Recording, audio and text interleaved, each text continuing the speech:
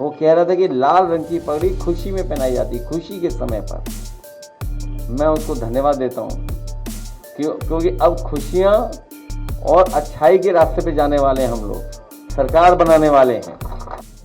सिर पर लाल पगड़ी लगाए सपा प्रमुख अखिलेश यादव सरदार वाले लुक में नजर आए। उन्होंने इसी लुक में प्रेस कॉन्फ्रेंस की और जोश जोश में 2027 में सपा सरकार बनाने की बात कह डाली। वो कह रहा था कि लाल रंग की पगड़ी खुशी में पहनाई जाती, खुशी के समय पर। मैं उसको धन्यवाद देता हूँ क्योंकि अब खुशियाँ और अच्छाई के रास्ते पे जाने वाले हैं हम लोग, सरकार बनाने वाले हैं। हुआ यूं कि अखिलेश यादव ने सपा कार्यालय में किसान आंदोलन के दौरान जान गंवाने वाले लोगों के परिवारों को सम्मानित किया।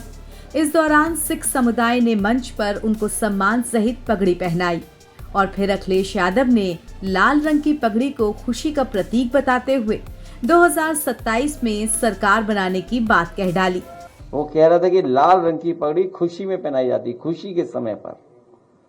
मैं उसको धन्यवाद देता हूँ क्योंकि अब खुशियाँ और अच्छाई के रास्ते पे जाने वाले हैं हम लोग, सरकार बनाने वाले हैं। मीडिया से बात करते हुए अखिलेश यादव सबसे ज्यादा वोट चोरी के मुद्दे पर बरसे और बीजेपी पर निशाना साधा।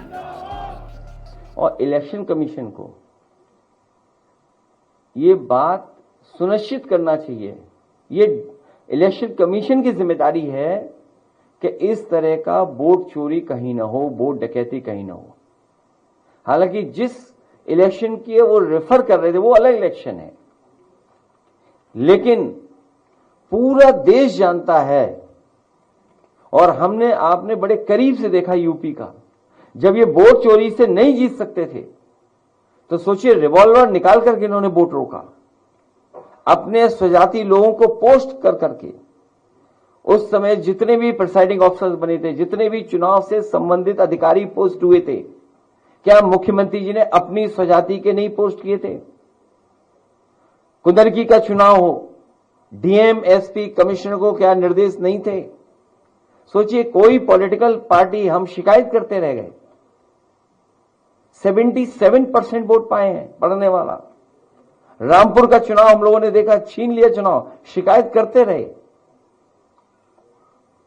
मीरापुर का चुनाव और अयोध्या के चुनाव में एक व्यक्ति पकड़ा गया था, वो एक मंत्री का साथी था। 5000 लोग आए हुए थे अयोध्या के चुनाव में, सोचिए आप, बाहर से लाए गए थे, अमेठी से, तिलोई से, वहां से गए थे लोग।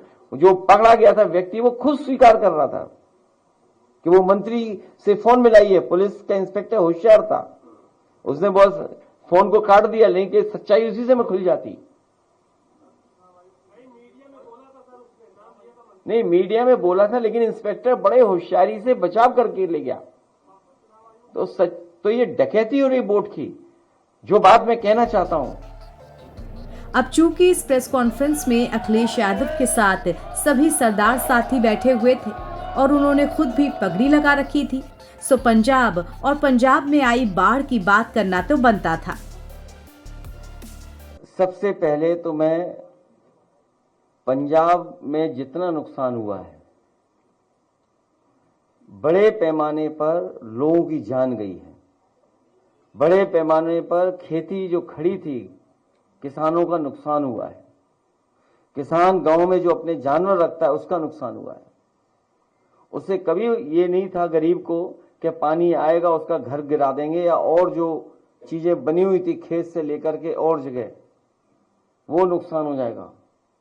हमारी अपील है यहां से, आज जब हमारे सिख समाज के लोग यहाँ इतनी बड़े पैमाने बैठे, इनकी भी मांग थी कि पंजाब के लोगों का पूरा भरपाई हो, उनकी जो नुकसान हुआ है फसल का पूरी भरपाई हो, जानवर का उसकी मदद हो, घर मकान की मदद हो, जान माल का जितना नुकसान हुआ है उसकी सरकार भरपाई करे।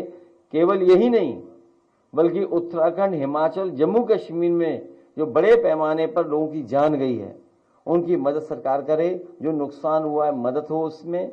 और भविष्य में, क्योंकि एनवायरमेंटल इश्यूज जो आए हैं सामने, उनके लिए कोई long term planning, long term कोई प्रोग्राम सरकार को बनाना पड़ेगा। पंजाब में नदियां पूरी पानी से भर गईं। जो पानी जम्मू कश्मीर से, हिमाचल से या पानी बरसा, उसकी वजह से बाढ़ आ गई।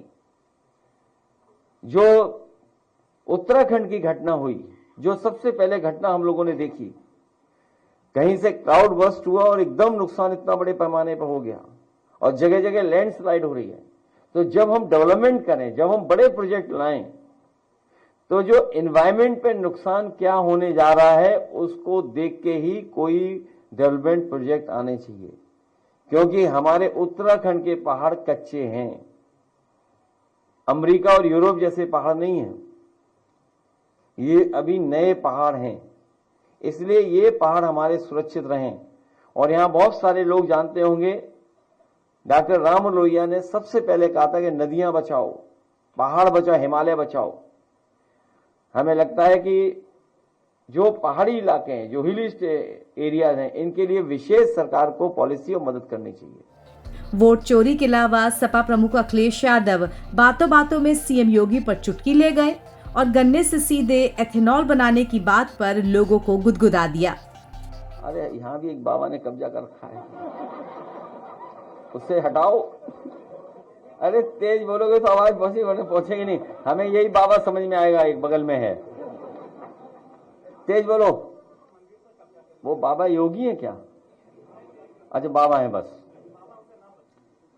बीजेपी का बस चले तो गन्ने से सीधा एथेनॉल बना दे, चीनी बनाए ना। अरे ब्राजील में बनता है, मैक्सिको और देशों में बनता है। तो ये सरकार मुनाफे की तरफ ज्यादा जाती है, जहां इन्हें मुनाफा मिलता है उस तरफ जाते हैं और मुनाफे को अपनी जेब में रखते हैं, बांटते नहीं हैं।